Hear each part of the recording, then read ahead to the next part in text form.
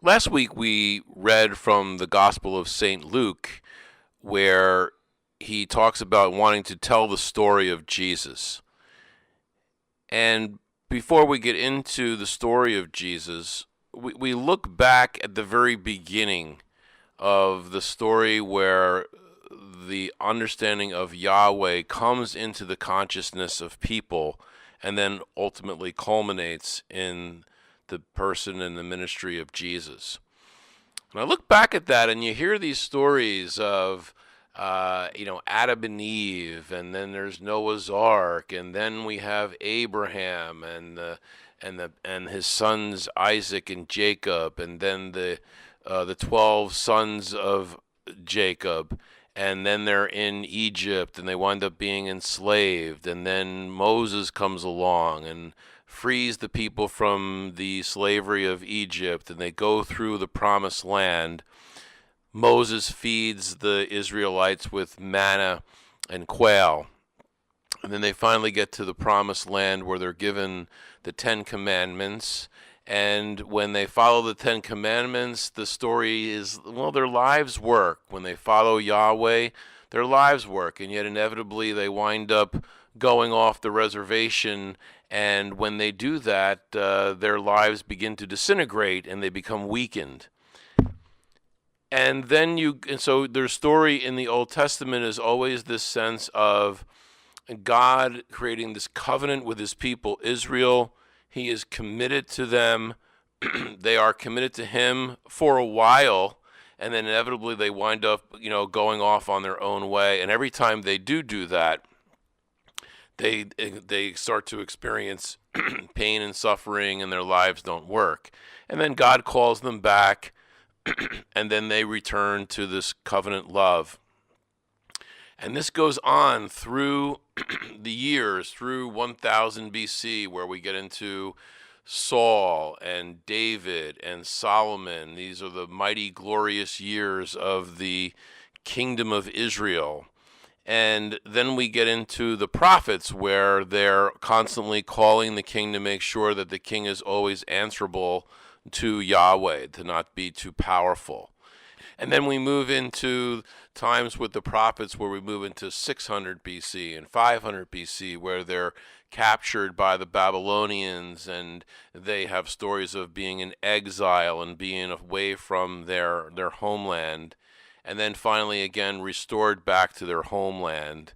And then we move up into the time where now the Jewish people are now occupied by the Roman Empire, and once again, they are an oppressed people. During the course of this history, you have their sense where the Jewish nation becomes aware of this divine presence, Yahweh.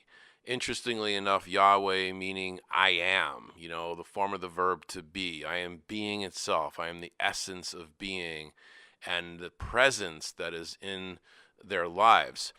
They were the ones that evolved out of that sacrificial system that had originated where primitive human beings, would experience an earthquake or some sort of a drought, and they would have attributed that to they were being punished by the God that lived above the sky, and they started to sacrifice grain and animals, and even sadly enough would sacrifice their firstborn child.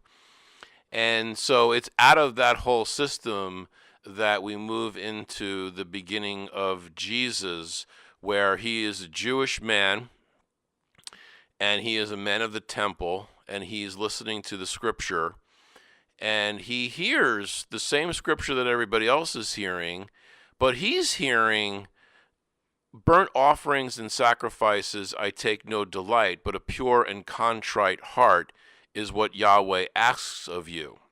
For some reason, everybody else had this mindset of getting into sacrificing, the lambs and goats and grain. It's almost silly to think that like the God of the universe is interested in your corn or is interested in this lamb to be offered. I mean, and then they even get into the detail of it, that it had to be 1 year old, it had to be male, and it had to be unblemished. So it had to be this perfect lamb, as if, yeah, that's really going to satisfy the God of all that is.